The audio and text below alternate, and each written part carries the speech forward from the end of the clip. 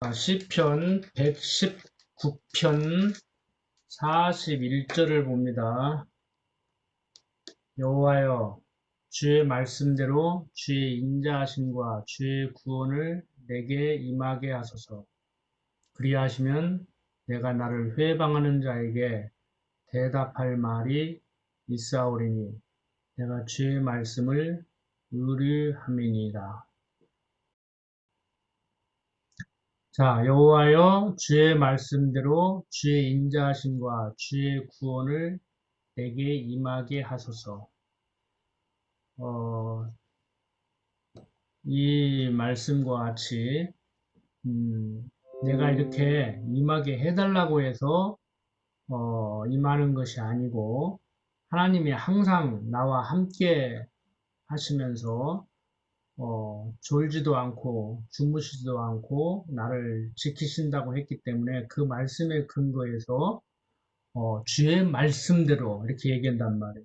여호와여, 주의 말씀대로 주의 인자하심과 주의 구원을 내게 임하소서. 그러니까 주의 인자하심과 주의 구원을 내게 임하게 해달라고 요청을 하면 그렇게 하시고 그렇지 않으면 안 하신 것이 아니고 주의 말씀대로 그렇게 해달란 말이에요. 그러니까 하나님이 나와 함께 하신다고 했으니까 하나님의 인자하심과 구원이 내게 임한다고 했으니까 그 말씀에 근거해서 주의 인자하심과 주의 구원을 내게 임하게 해달라고 이렇게 얘기를 하는 거예요. 그래서 항상 우리 기독교인들의 기도는 하나님의 말씀에 근거해서 하나님의 뜻을 구하는 거란 말이에요. 그러니까 엄격히 얘기해서 내 뜻을 구하니까 내 뜻을 구하는 것이 아니고 하나님의 뜻을 구한다고 그렇게 표현을 하는데 엄격히 얘기해서 하나님의 뜻을 구하는 것도 아니에요. 하나님의 뜻이 이 땅에 임하기를 구하는 것이지. 그러니까 하나님이 하나님 뜻대로 섭리하기를 구하는 것이 성경적 기도라고. 하나님, 당신은 당신 뜻대로 섭리하시는 절대 주권자 아니십니까? 그러니까 내 뜻대로 마옵시고 당신은 당신 뜻대로 하시는 분이라고 안 하셨습니까? 그러니까 당신 뜻대로 하십시오. 이것이 성경적 기독교 기도란 말이에요. 근데 많은 사람들이 뭐 주려고 했다가도 달라고 안 하면 안 준다느니 뭐 구해야 준다느니 뭐 믿어야 준다느니 그런 소리를 한단 말이에요. 근데 절대 그것이 아니죠. 믿음은 하나님이 주시는 선물이고 만사 만물은 하나님이 지어놓고 섭리해 나가시고 그리고 항상 나와 함께 한다고 말씀을 하셨기 때문에 그 말씀에 근거해서 당신은 천지 만물을 지으시고 당신 뜻대로 섭리하시는 분 아닙니까? 당신은 그렇게 하시는 분이라고 당신이 나에게 말씀하셨지 않습니까? 그러니까 당신이 말씀하신 대로 그렇게 하십시오. 당신은 당신의 그 인자하심과 구원을 내게 베푸신다고 안 하셨습니까? 그러니까 말씀대로 해주십시오. 이 얘기란 말이에요.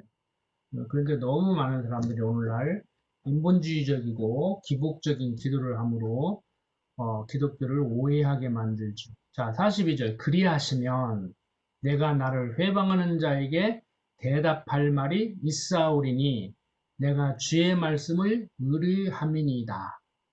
그러니까 나를 회방하는 자에게 대답할 말이 있다고 그렇게 얘기를 했어요. 그러니까 바로 무슨 말이에요? 그리하시면 내가 나를 회방하는 자에게 대답할 말이 있다는 거예요. 너 한번 네 마음대로 해봐. 네 마음대로 될 것 같아? 네가 나를 죽인다고 내가 죽을 것 같아? 네가 나를 살려줘? 네가 나를 밥 먹여줬어? 뭐 이승만이가 밥 먹여줬다고? 박정희가 뭐 새마을운동에서 밥 먹여줬다고? 웃기고 있네. 설령 당신들이 말하는 대로 박정희가 밥을 먹여 줬다고 하는 그 말까지라도 우리는 어떻게 바라봐요? 하나님께서 박정희로 하여금 새마을운동을 하게 해서 우리들로 하여금 경제 성장을 이룩 해서 밥을 먹게 만들어줬다. 과정적으로는 박정희에게 무지 고마워하는 사람도 있을 것이고 박정희가 우리를 밥 먹여줬다고 하는 사람도 있을 거란 말이야. 그래서 우리가 어, 그 역사는 어, 참 해석을 어떻게 하냐에 따라서 그러니까 역사의 주인을 하나님으로 인정하지 못하고 역사 해석을 하면은 다 힘 있는 사람이 이래서 이런 거야 그런 줄 알아 하고 무력으로 눌러버리면은 그냥 그게 역사가 되는 거예요. 그래서 역사는 세상 역사는 기득권자들의 기록이기 때문에 그 주도권을 잡은 사람들이 자기 입장에서 역사를 기록한단 말이에요. 그래서 역사를 해석한다는 것은 역사의 주관자가 하나님이심을 인정하지 않는 한 결국에 절대적인 해석은 없어요. 당시의 기득권자들이 힘 있는 사람들이 그렇다면 그냥 그런 거야. 그러니까 지금 힘 있는 사람들이 박정희를 추종하는 사람들이기 때문에 박정희가 밥 먹여 줬다고 하면 그냥 밥 먹여 준 거야. 그리고 이제 한 100년 후에 박정희가 무슨 밥 먹이느냐고 그 사람은 독재자고 어? 그 사람이 아니었으면 우리는 더 잘 먹고 어? 살았을 수도 있다고 그렇게 얘기하는 사람들이 주도권 잡으면은 박정희 때문에 우리가 이렇게밖에 못 사는 것이 돼버린다. 더 잘 살 수 있었는데. 그래서 역사 해석은 그렇게 인간들에 의해서 해석되는 것이 정답이 아니다. 자, 43절 진리의 말씀이 내 입에서 조금도 떠나지 말게 하소서. 내가 주의 규례를 바랐음이니이다. 그러니까 진리의 말씀이 내 입에서 조금도 떠나지 말게 하소서. 진리의 말씀이 뭐예요? 많은 사람들은 십계명 정도를 생각하고 살인하지 말라고 했다.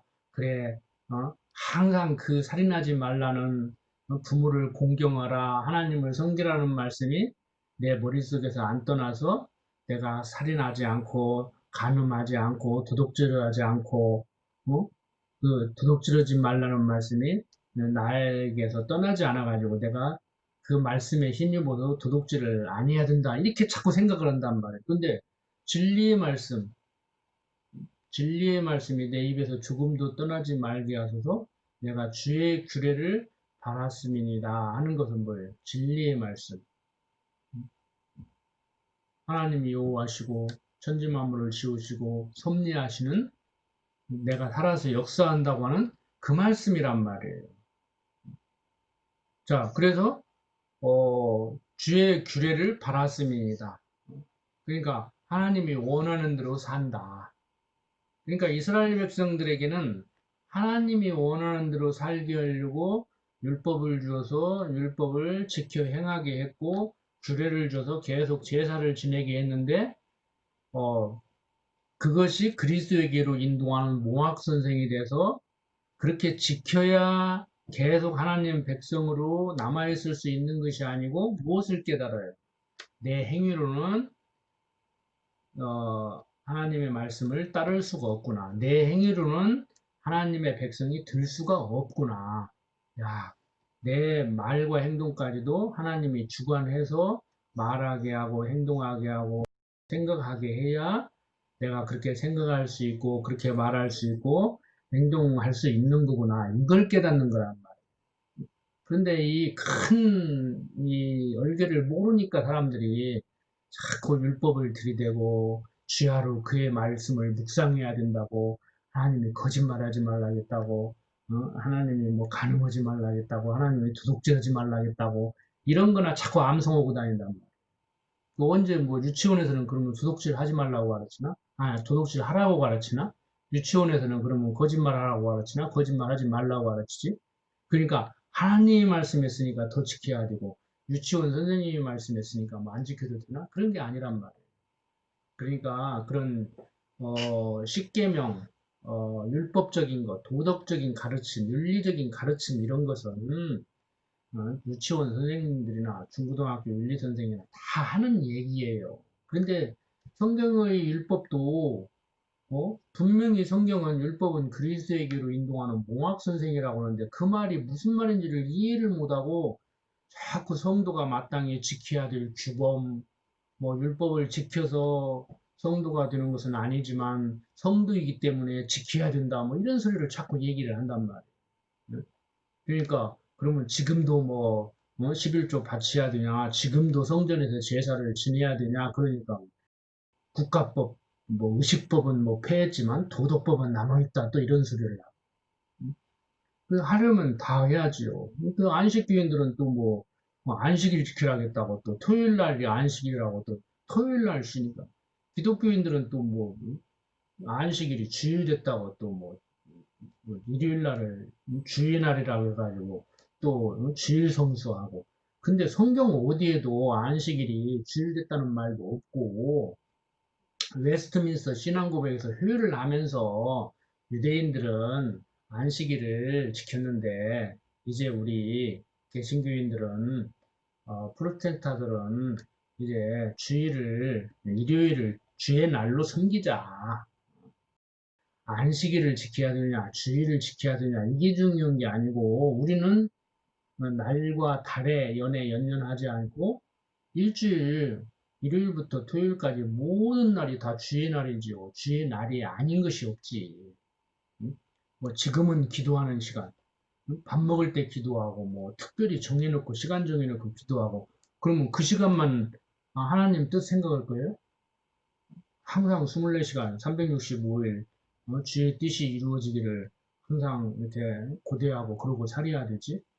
그러니까 육신적으로 쉬지 말고 기도하라겠다 해가지고 육신적인 것을 구하는 사람들의 그 주장대로라도 쉬지 말고 기도하면 계속 기도해야지. 그러면 일도 못하고 맨날 이렇게 정신 이상한 사람 같이 맨날 시부렁거리고 돌아다녀야지. 중얼중얼중얼중얼중얼 하고 돌아다녀야지. 그런 식으로 얘기하면. 응? 그러니까 미국 선교사가 옛날에 그랬다고 하잖아요. 한국 사람들은 기도를 얼마나 하냐. 그러니까 우리는 최소한 5번은 한다. 아침에 일어나서 하고, 삼시세끼 밥 먹을 때 하고, 저녁에 잘 때 하고. 그러니까 어? 이제 이 사람들이 어떤 생각으로 그렇게 선교사한테 대답을 했느냐면은 너희들은 밥 먹을 때 3번 정도 기도하지만 우리는 눈 뜨자마자 기도하고 밥 먹을 때 꼭 하고 저녁에 잘 때도 기도한다. 그렇게 눈 뜰 때부터 잘 때까지 우리는 그렇게 기도하고 어, 밥 먹을 때마다 감사 기도를 한다. 그러니까 최소한 숫자로 얘기하면 5번은 한다. 그랬더니 우리는 어, 쉬지 않고 하루 종일 기도하는데 그러고 조롱을 했다고 그러잖아요. 이거 얼마나 웃기냐. 그래서 그들이 물론 기독교를 잘못 접했고 그들이 우리에게 잘못 전해줬기 때문에 그런 면도 없잖아 있는데 그들이 아무리 잘 전해줬다고 치더라도 우리의 그 토속적인 무속적인 그 신앙과 결합을 하면서 이렇게 기복적으로 기독교가 굉장히 발전을 했단 말이에요. 그래서 자기들도 제대로 전해주지도 않았으면서 우리 구미에 맞게 기독교를 변절시켜서 전해줬으면서도 그들이 우리를 조롱한다고. 그래서 1800년대 말, 1900년대 초 우리나라 초대교회 선교사들이 한국 사람들을 자기 본국에 뭐라고 보고를 했냐는 한국 기독교인들은 조선의 기독교인들은 쌀교인이다. 그러니까 주식이잖아요. 쌀이. 그러니까 기복적인 기독교인들이다. 항상 쌀을 구한다. 먹을 것을 구한다. 그렇게 비아냥거렸다고 그래요. 그러니까 자, 우리나라는 100년, 뭐 100년은 그만두고 한 5, 60년 전만 해도 굶는 사람이 있었으니까, 굶어 죽는 사람들이 있었으니까. 근데 요즘 그 동남아시아 사람들 그렇게 가난하고 방글라데시 가난하고 그러는데 한국은 한 70년 전만 해도 굶어 죽는 사람이 있었다 먹을 것이 없으니까 깜짝 놀라더라고. 이렇게 잘 사는 한국이 옛날에 굶어 죽었냐고 전쟁 때문에 그랬냐고 그래서 전쟁 때문에 그런 것이 아니고 한국은 먹을 것이 부족해서 기본적으로 굶어 죽었다 옛날에 많았다. 근데 당신네 나라들은 과일도 많고 그래서 따뜻하기 때문에 벼농사도 몇 번씩 짓고 그래서 지금 가난하다고 하더라도 옛날에 당신 조상들은 굶어 죽은 경험이 없지 않느냐. 그래서 한국 사람들은 인사도 밥 먹었느냐, 아침 먹었느냐, 그렇게 인사를 한다. 여러분들, 아침 먹었어요? 그러면 이상하지 않느냐. 그런 얘기를 해주니까 깜짝 놀라더라고. 그래서 한국 사람들은 굶어 죽지 않으려고 열심히 일했고, 자원이 없기 때문에 이렇게 공부를 열심히 했고, 그래서 이렇게 원자재를 수입에다가 공장을 지어서 물건을 만들어서 외국에 팔아가지고 이렇게 잘 살겠다고 그러니까, 이제 한국을 좀 이해를 하겠다고 그런 말들을 이렇게 하더라고요. 어떻든 간에 어떤 사람들은 그래요. 뭐 기복적인 신앙이 뭐 그렇게 꼭 나쁜 것만 기냐. 육신적으로 복 받고 살면은 뭐 좋지. 뭐 이런 소리를 하는데 물질의 풍요로움과 육신의 건강함을 나쁘다고 할 사람이 누가 있어요? 할 수만 있으면 나부터도 그냥 하나님 좀 건강하게 해주면 안 됩니까? 물질 좀 풍요롭게 주시면 안 됩니까? 이런 생각을 할 때가 있는데 중요한 것은 우리 육신을 가진 인간이 건강하게 살기를 원하고 부자로 풍요롭게 살기를 원하는 것을 잘못됐다고는 할 수는 없지만 기독교가 그런 것을 추구하는 기독교 하나님이 예, 나 하기에 따라서 잘 살게 해주고 나 하기에 따라서 못 살게도 하고 나 하기에 따라서 건강하게도 하고 나 하기에 따라서 건강하지 못하게도 하는 하나님은 아니라는 거예요. 그렇게 기복적으로 기독교를 접근하다가 보면 어떤 문제가 생기냐면은 장애인으로 태어난 사람은 어떻게 해석할 건지, 가난한 부모 밑에서 태어나서 못 배우고 가난하게 살고 가난을 대물림하는 그런 사람들의 삶에 대해서는 그러니까 기독교인들 중에 전제하고 기독교인들이 그렇게 살아갈 때는 그 사람의 삶을 어떻게 해석할 건가 이 문제가 생긴단 말이에요. 그래서 성경에도 나오잖아요. 날 때부터 속용된 자는 그 부모가 죄가 많아서 그럽니까? 태어나는 애가 죄가 많아서 그럽니까? 그 태어나는 애가 죄가 많아서 그런다고 뭐 걔가 무슨 생각을 하고 행동을 한 것도 아닌데 뱃속에 있었는데 무슨 죄를 그렇게 졌다는 말입니까? 걔 죄라고 하면 말이 안 되지 않습니까? 그러면 그 부모 죄가 대물림한다고 하면 그것보다 더 억울한 것이 어디가 있어요? 하나님이 뭐 연좌제하시는 하나님이냐고. 근데 성경은 뭐라고 얘기해요? 성경은 그 부모 죄가 있어서 그런 것도 아니고 태어나는 그 애의 죄가 있어서 그런 것도 아니고 하나님이 당신 영광 드러내려고 그렇게 날 때부터 소경되게 했다. 실로암 망대가 무너져서 18명이 죽은 일이 있는데 그들은 우리보다 죄가 더 많아서 죽었느냐. 모든 것을 하나님이 주관하신다는 것을 알게 하려고 그렇게 생각지도 않게 죽는 사람도 생기고 그렇게 장애인으로 태어나는 사람도 있게 되는 것이다. 이 얘기를 한단 말이에요.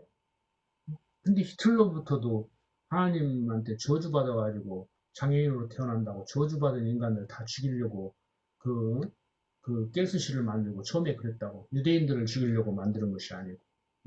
근데 참 안타까운 게 기독교 문화인 서양에서 뭐 히틀러 이후에 이제 많이 달라지기는 했지만 사회복지 차원으로 성경 해석을 달리하기는 했지만 그 전까지만 해도 서양 사람들은 장애인은 저주받았기 때문에 장애인으로 태어난다는 생각을 가졌어요.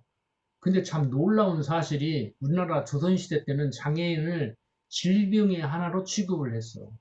날 때부터 태중에서 병이 걸려서 그렇게 장애인으로 태어난다고 질병의 하나로 분류를 했다고. 그래서 과거 등용도 하고 이런 정책을 썼다고. 굉장히 놀랍지 이게. 보면은 우리나라가 서양보다 사회복지가 조선시대 때 훨씬 발전했었거든요. 삼국시대 때부터 사회복지가 굉장히 발전했었거든요.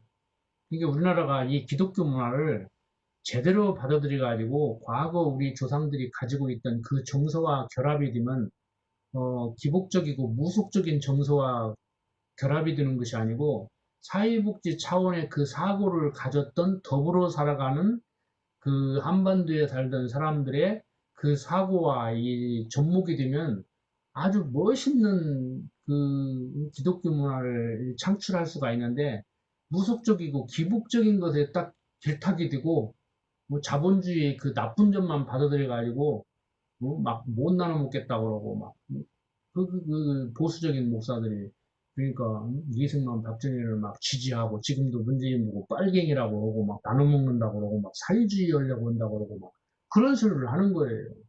기독교 문화는 엄격히 얘기해서 사회주의 경제정책으로 더 맞아 들어가는 건데.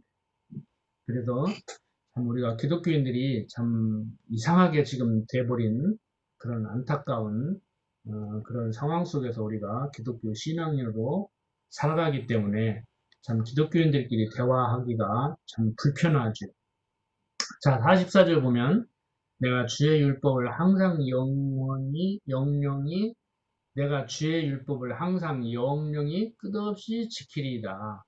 내가 주의 법도를 구하였사오니 자유롭게 행보할 것이오며 또 열왕 앞에 주의 증거를 말할 때 수치를 당치 아니하겠사오며 나의 사랑한 바 주의 계명을 스스로 즐거워하며 또 나의 사랑하는 바 주의 계명에 내 손을 들고 주의 윤례를 묵상하리이다. 그러니까 누가 뭐라고 해도 이방 열국들에게 할 말이 있고 하나님을 잊지 않고 살아가겠다 이거예요. 지금 우리들도 마찬가지예요.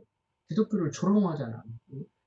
뭐 기독교인들 너희들 뭐 하는 거 있어? 뭐 너희들만 알고 돈 벌어서 뭐 어쩌고 저쩌고. 근데 그 치사하게 다 말할 수 없잖아요.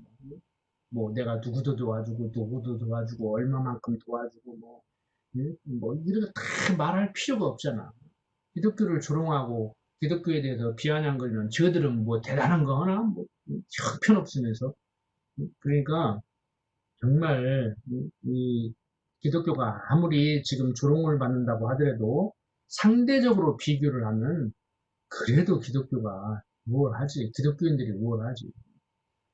내가 사람들을 접해봐도 그래도 기독교인들이 나아요. 무속적이고 기복적이고 웃기지도 않게 신앙생활을 할 망정 내가 기독교 입장에서 목사의 입장에서 성경적 기독교라는 건 그런 것이 아닙니다라는 얘기를 하기 위해서 좀 비판적으로 얘기도 하고 그렇게 기독교인들 진짜 웃긴다고 하는 것이지 기독교인들 아닌 사람들 앞에 가서는 음, 조심스럽게 내가 얘기를 하지요.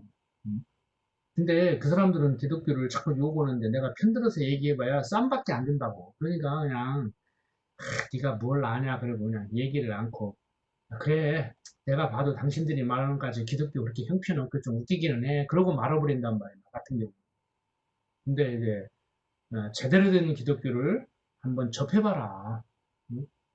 당신이 그렇게 우습게 생각하는 그 기독교가 아니다. 그 사람들이 기독교를 잘못 받아들여서 그렇게 우습게 살아가는 것이지 당신은 한번 공부를 해봐라. 그러면은 당신이 지금 불교인으로 살아가는 그 가치관과 성경적 기독교 가치관이 무엇이 더 우월한가? 어떤 가치관을 당신이 가지고 살아야 당신이 더 행복하고 마음의 평강을 누리며 더 품위 있게 살아갈 수 있는지 한번 공부를 해봐라. 이상한 거 보고 뭐 의사 이상한 사람 보고 의사 되지 말라고 그러고 뭐 선생 이상한 사람 보고 선생 되지 말라고 그러고 맨날 선생 욕하고 의사 욕하고 그럴 거냐? 그건 아니지 않느냐.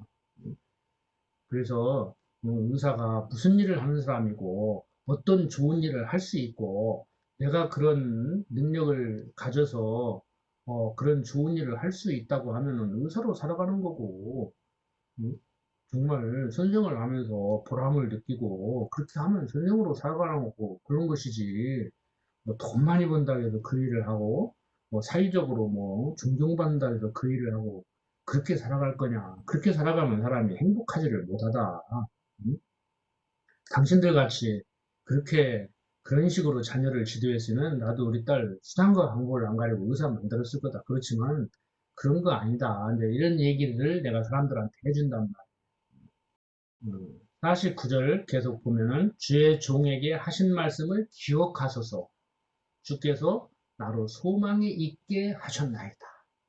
그러니까 지금 시편 기자가 계속 해 나가는 얘기, 이렇게 해 나가는 얘기, 누가 우리를 조롱하고 누가 우리를 위협해도 당당하게 그들에게 할 말이 있고 내가 흔들리지 않는 것은 주의 종에게 하신 말씀을 기억하소서. 주께서 나로 소망이 있게 하셨습니다. 하나님, 나에게 하신 말씀 있죠? 그거 기억하시죠? 내가 그 말씀 때문에 하나님 당신이 나에게 그 말씀을 해주셔서 내가 소망이 있습니다. 나로 하여금 소망이 있게 당신이 하셨습니다. 이게 얼마나 중요한 거예요. 지금 우리 하나님 음성 듣냐고. 자, 그러면은 예를 들어서 하나님이 거짓말하지 마라, 간음하지 마라, 내 이웃을 내 몸같이 사랑해라. 그 말씀을 내가 묵상하고 그것이 하나님이 나에게 주신 도덕적 규범이라고 생각하고 살아가면 소망이 있겠어요, 없었겠어요? 소망이 있을래야 있을 수가 없지. 응? 그런데 그 율법을 그랬다고 무시하라는 얘기가 아니고, 야, 나는 정말 형편없는데, 내 능력과 내 노력으로는 불가능한데, 하나님이 나로 하여금, 나를 붙들고, 나로 하여금 그런 생각을 하게 하고, 그런 행동을 할 수 있게 하니, 정말 감사하다. 야, 나는 하나님이 그렇게 안 해주고, 그 율법을 행동 규범으로 줘서, 그걸 지켜야 살 수 있고, 뭐 살려줬으니까 지켜야 되고, 어, 그래야 된다고 하면 나는 소망이 없는데, 절망적인데, 정말 그게 아니구나. 야, 이래서 내가 소망이 있구나. 그렇게 인도를 해줘야 된단 말이에요. 성도들이 그렇게 깨달아야 정상이지. 그런데 그렇게 깨닫게 되는 성경책을 스스로 읽고 그렇게 깨달아가는 성도들도 앞길을 막는 지금 내 경험을 얘기하는 거란 말이에요. 아, 성경책 얘기해 보니까 그리스도만이 살 길이네. 그리스도 안에 있으면 불가능하네. 이렇게 깨달아 가는 건데. 아, 그게 틀린 얘기는 아니지만 예수 믿는 사람이니까 지켜야 돼. 그러면 못 지키면 어떻게 해야 되는데요? 안 지키면 어떻게 해야 되는데요? 끊어진다는 거야. 그게 알미니안주의란 말이야. 율법으로 구원받는 것은 아니지만 구원받은 자는 지켜야 된다. 그러려면 끊어진다. 하나님이 구원해준다. 이게 이제 성경적인 것이지. 그런데 하나님이 구원해줬어도 구원받은 백성답게 살아야 어, 그 구원에서 끊어지지 않는다. 하나님이 천국으로 인도해 간다. 근데 알미니안주의자들은 하나님이 구원해주지만 구원해주는 건 맞기는 맞은데 내가 무엇을 해야 그것을 조건으로 구원해준다. 그러니까 신인 협력이지. 내가 율법을 지킨다 해서 구원받는 건 아니야. 율법을 지킬 때 하나님이 지켰다고 구원해줘야 내 구원받는 거야. 그러니까 내가 할 것 내가 하고 하나님이 할 것 하나님이 한다. 얼마나 편리해요. 하나님을 상대적 관계에 놓고 나보다 조금 더 우월한 분 정도로 여기는 것이지. 자기는 아니라고 하는지 모르지만 결국에는 그 소리잖아요. 내가 갖고 싶은 거 내 능력과 노력으로는 못 갖는데 내가 달라고 하면은 하나님 능력 있는 하나님이 나에게 주신다. 그러니까 내가 구해야 되고 하나님이 주셔야 되고 그게 신인 협력이란 말이에요. 내가 할 일은 내가 하고 하나님이 할 일은 하나님이 하고 내가 할 일은 뭐냐? 율법 잘 지키는 거. 그다음에 뭐 달라고 구하는 거. 하나님이 할 일은 뭐냐? 구원해 주는 거. 달라고 했으니까 주는 거. 이게 하나님이 할 일이죠. 그리고 조금 한 걸음 더 나가면 내가 하나님을 해주면 하나님이 내일 해준다. 근데 나 같은 사람, 그럼 하나님, 구마식군이란 말이냐, 말 좀 안 듣는 소리 좀 하지 마라. 이렇게 얘기하는. 자, 계속해서 51절 보면은, 자, 50절 보면은, 이 말씀은 나의 곤란 중에 위로라. 주의 말씀이 나를 살리셨음이니이다. 교만한 자가 나를 심히 조롱하였어도 나는 주의 법을 떠나지 아니하였나이다. 여호와여, 주의 옛 규례를 내가 기억하고 스스로 위로하였나이다. 주의 율법을 버린 악인들을 인하여 내가 맹렬한 노에 잡혔나이다. 나의 나그네 된 집에서 주의 율례가 나의 노래가 되었나이다. 여호와여, 내가 밤에 주의 이름을 기억하고 주의 법을 지켰나이다. 내 소유는 이것이니 곧 주의 법도를 지킨 것이니이다. 그러니까 내 가진 것, 우리 그러잖아. 내가 그러잖아. 내 가진 것, 곧 죽어도 꾀기다. 응? 그게 어디에서 나오는 거예요? 하나님이 너와 함께 하신다. 이거 하나. 하나님이 나를 돌보신다. 내 인생길 예비해 놓고 함께 하면서 인도하신다. 지금 시편 기자가 하는 것이 그거예요. 내 소유는 이것이니. 자, 55절. 여호와여, 내가 밤에 주의 이름을 기억하고 주의 법을 지켰나이다. 내 소유는 이것이니 곧 주의 법도를 지킨 것이니이다. 주의 법도를 지켰다.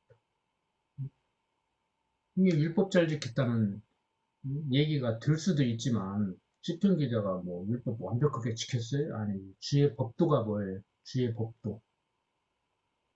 주의 법이 뭐예요? 하나님의 법. 당신 마음대로 한다는 거요. 당신 법은. 근데 많은 사람들이 십계명을 이것은 지켜라, 이것은 하지 마라, 이것은 해라. 이거 안 하면은 뭐, 그러면은 몇 년 징역형 뭐 이런 게 있나? 그러면 안 지키면 천국 지옥인가? 그러니까 이게 율법 문제가 그렇게 간단한 게 아니에요. 이렇게 우리가 이론적으로 배웠어도, 여호와여 내가 밤에 주의 이름을 기억하고 주의 법을 지켰나이다. 내 소유는 이것이니 곧 주의 법도를 지킨 것이니다 하면은 옛날에 배운 것이 자꾸 괴롭힌다고. 주의 법을 지켰다. 주의 법이 뭐냐? 도대체. 내 소유는 이것이니 곧 주의 법을 지킨 것이다.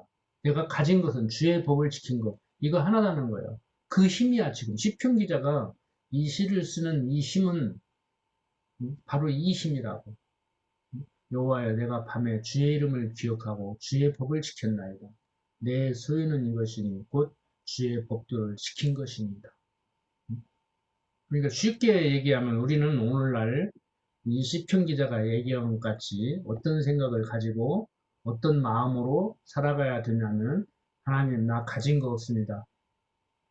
나 분명하고 확실하게 틀림없이 내가 확실히 가졌다고 하는 것은 하나님이 여호와라는 거 믿고 사는 거 이거 하나입니다.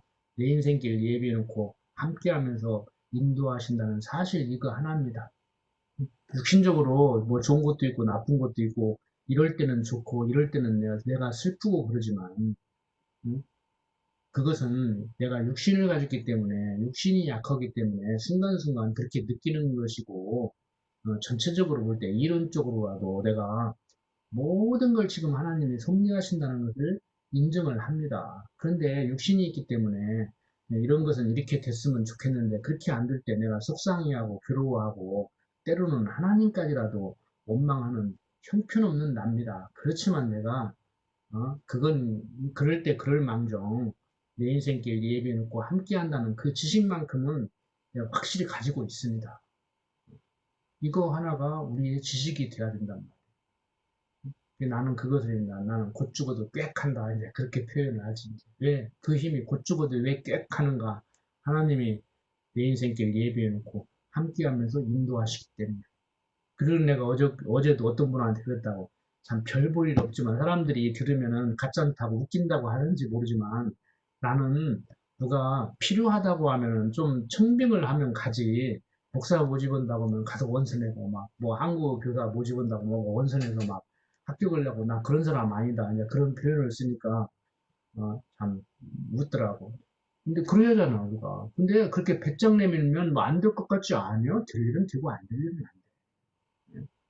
진짜 나를 필요로 하면은 너 그 회사에서 얼마 받고 있는 줄 아는데 내가 더 줄게 와라 한다니까. 그런 사람들 있잖아 실제. 빼간다니까. 막 치사하게 막 회사 비밀 빼가지고 막 중국한테 팔아먹고 막 내가 회사 비밀 빼갖고 갈 테니까 나 얼마나 줄 거냐고 나 어떻게 대우해 줄 거냐고 그런 짓 할 필요가 없다니까. 응? 근데 이런 생각을 가지고 살아간다는 것이 쉽지가 않지. 그렇게 많지가 않지. 이렇게 당당한 사람들이 많지가 않지.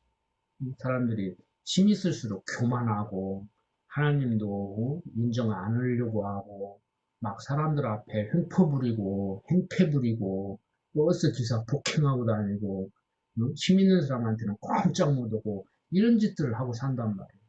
근데 우리는 정말 힘 있는 사람들은 힘 있는 그런 폭력을 휘두르는 사람들 앞에는 우리가 도전을 하고 나약한 사람들한테는 우리가 좀 긍휼을 베풀고 그런 사람들을 보호해주고 이런 자세로 우리가 살아가게 되잖아요.